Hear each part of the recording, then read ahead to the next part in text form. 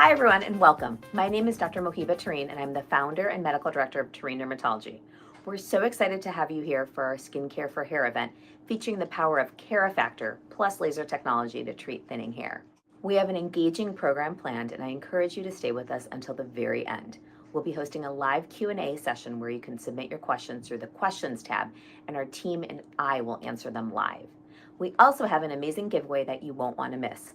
Prize winners will be notified by email. So let's get started.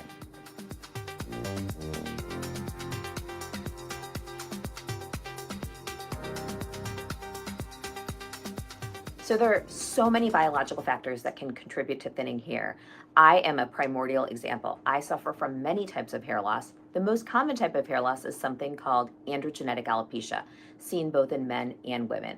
So that's where you get thinning of the frontal hairline. You can get some recession. For men, you can get kind of that bitemporal recession. I also suffer from something called telogen effluvium. I went through a stressful time a few months ago, and about 3 to 4 months later, after pregnancy, stress, etc., you can get a diffuse shed. There are many other types of hair loss, scarring hair loss, autoimmune hair loss, that's kind of beyond the scope of this, but there are so many factors and many people don't know that there are many different types of hair loss that can present at the same time. So your doctor really has to know the science behind it.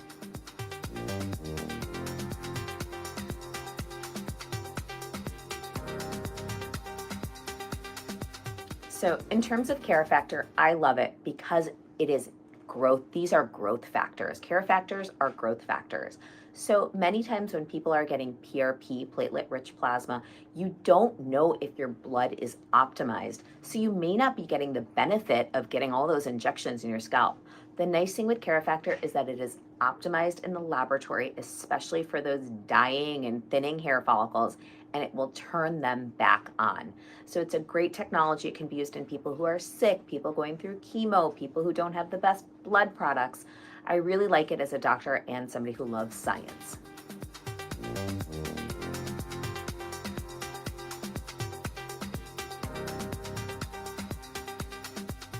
So laser plus stem cells equals magic, in my humble opinion. I am a KeraFactor user. It has helped my thinning hair substantially. I like using fractional ablative lasers with KeraFactor. That means that we're making tiny little holes in the skin that very quickly close, so you're not like you have big open holes in your scalp. But right away we apply the KeraFactor. It penetrates in because some of you know that the hair follicle is actually pretty deep in the skin. It's at the dermal fat junction. So you do need something or somebody to make that little hole for you so that the stem cells can get in.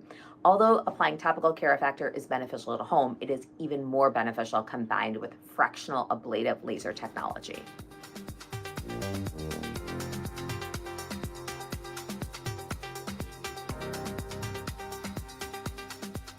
I personally think everyone is a good candidate for KeraFactor and laser. We are all just getting older, but we are hopefully living longer, so we are going to experience hair loss at some point in our life. So using a little bit of light laser, some good growth factors, you can just continue to live your best life, have good hair, and not recede.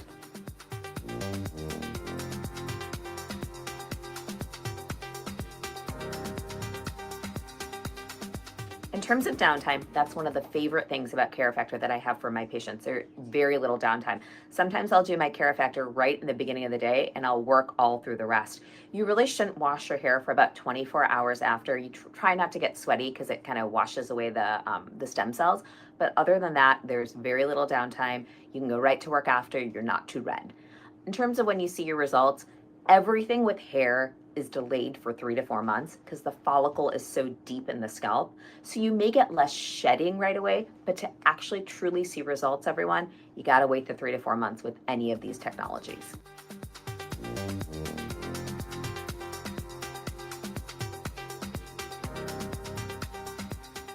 So even young people can be diagnosed and face androgenetic alopecia, which is female or male pattern hair loss. KeraLase is a great option for these individuals.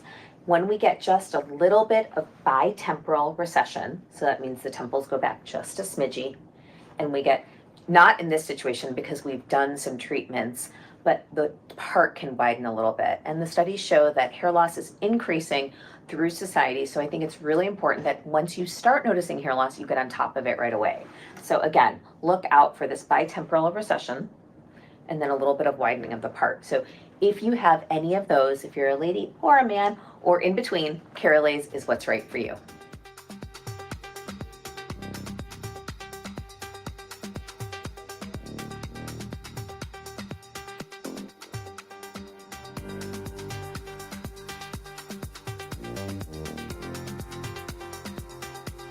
So Keralaze costs $7.25 per treatment. A package of 6 is $34.95. So you don't necessarily need to do it annually. For many of my patients, they're very happy if they do it, every few years or so, and then they do things in between, such as laser hair caps, topical or oral minoxidil. So Keralase is not something that you have to do all the time unless you are really battling hair loss.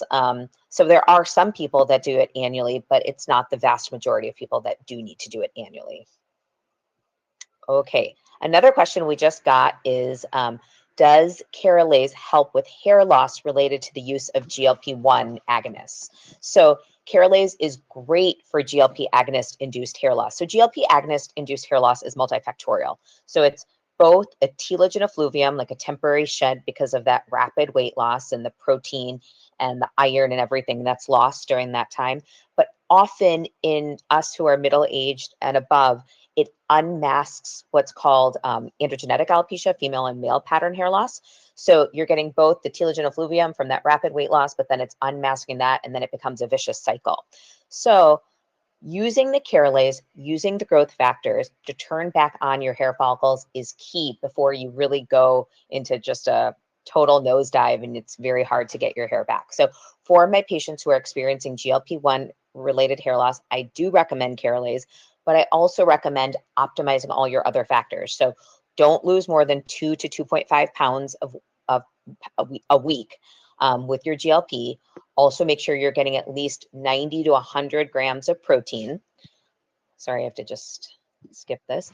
And make sure that you are doing all the other nutrients that are important, such as oral vitamin D, making sure you're taking enough iron, making sure your thyroid function is correct, because sometimes when you are on GLPs, it can throw off your thyroid a little bit. So thyroid related, GLP related hair loss, all of these can be treated with Keralase, but you should also optimize your other factors. Okay, so another question I just got was, can Keralase be used with minoxidil?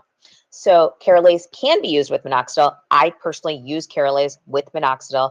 I use oral minoxidil, half a tablet daily, and it's really helped with my androgenetic alopecia. But when I go through my periods of stress-mediated hair loss, or if I just feel like I'm shedding, I'll do a couple cycles of Keralase, so they are synergistic and they work together. Another question I just got was, how many treatments of Keralase are needed? So we have shown the science shows that approximately 5 to 6 treatments are optimal, but most people start to see a difference after treatment 2 or 3. So we like you to not just do it episodically, do it in that entire package to turn back on your hair follicles, turn back on those growth factors. Okay. Great. And then in terms of cost on an annual basis, if you are going to do Keralase annually, which some of us do need to do Keralase annually, you're looking at about $3,000 to $3,400. Sometimes we have specials at Tareen Dermatology, and we'll talk about some specials after, but you're looking at about $3,000, $3,500, which I think is pretty inexpensive given that you're turning back on your own follicles. You're not getting a hair transplant that then can fall out. Many people don't know if you do get a hair transplant, you actually need to keep getting hair transplants. So one hair transplant is not one and done. You will keep shedding. Your dihydroxytestosterone will continue to cause miniaturization of those hair follicles. So you do have to keep going back anywhere between every 5 to 10 years to get just a little touch up of your hair transplant. And these days, hair transplants cost between $6 to, at the lowest, to about $10 or $20 per graft. And you're doing 1,000 to 3,000 grafts. So you can do the math there. So I think that Keralase is really a really nice natural way to turn back on your stem cells, bring back that youthful hair follicle, and can do it very economically in some ways. Great. I think that those are all the questions that we got. Let's see. Oh, okay. There's a couple more. What does post-treatment look like? So I will often do Keralase at the beginning of my day whenever my staff have time to fit me in. Your hair is just a little bit wet after. The micro holes that are put in via the laser are very minuscule. So it's not like any of your friends or family will see little holes in your head. So the micro holes are put in with the laser, and then the KeraFactor is applied. Those are the stem cells. So your hair is just a little bit wet. So we have you at Tareen Dermatology. We really believe in low level light in addition to Keralase. Low level light turns back on the hair follicles as well. So you'll sit under a low level light. Your hair will dry. It might be a little bit frizzy like mine, but you're totally fine. You can blow dry after. We ask, ideally, we don't want that KeraFactor to be washed away. So if you could ideally not work out that day, so the KeraFactor can sit in your hair anywhere between 12 to 24 hours, you get the most bang for your buck. What are the statistics of success? Excellent question. So it's very individual. Unlike PRP, Keralase does tend to have a little bit more success because you're using exogenous growth factor. So it's made in the laboratory, so it's made to turn things on. When you're doing PRP, which is platelet-rich plasma, you're using your own blood. And if you have a thyroid problem, if you're older, if you have iron deficiency anemia, you don't have all the things to turn back on your follicles. So Keralase does have a higher level of success in most studies than PRP, especially depending upon the substrate of yourself. But in terms of, it's all or none. Some people will get a lot of regrowth, some people will get no regrowth, and a few people will get just a little bit of moderate regrowth. So the statistics do vary, but we do see at Tareen Dermatology that 70 to 80% of people will experience kind of that very good or at least good plus hair regrowth. 5 to 10% will get moderate regrowth, and about 10% will get very little. And for those people who are getting very little, that's why you all come to me. We'll switch you to PRP or another modality at that point. So we won't just take your money and say, hey, you're out of luck. So that's why we see you at least every 2 to 4 weeks while you're on the Keralase treatment, and we make sure you're getting better. Are there any side effects? Excellent question. There are very few side effects with Keralase because the micro holes that are made with the laser are minuscule, so there's very low risk of infection. The KeraFactor is hypoallergenic, so I've never seen anyone, even with the most sensitive scalp, psoriasis, eczema, get an allergic reaction to it. So other than, that it's a little bit sensitive, I would rate it about a 1 to 2 out of 10 in terms of pain. There's no other side effects than I can tell you from having it myself. So how does it compare to PRP? How does Keralase compare to PRP? So I've had both, and Keralase is not a million, not a billion, but a trillion times more comfortable than PRP.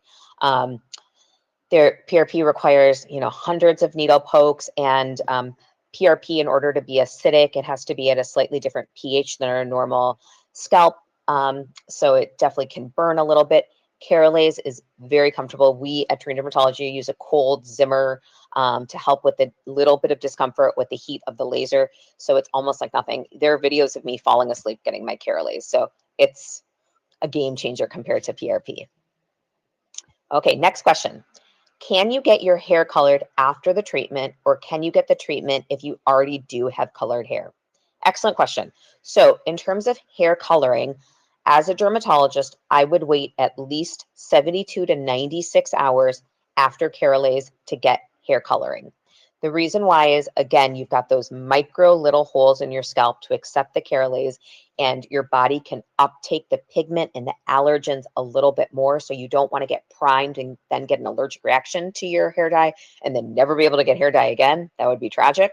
So wait at least 72 to 96 hours after those holes have completely shut.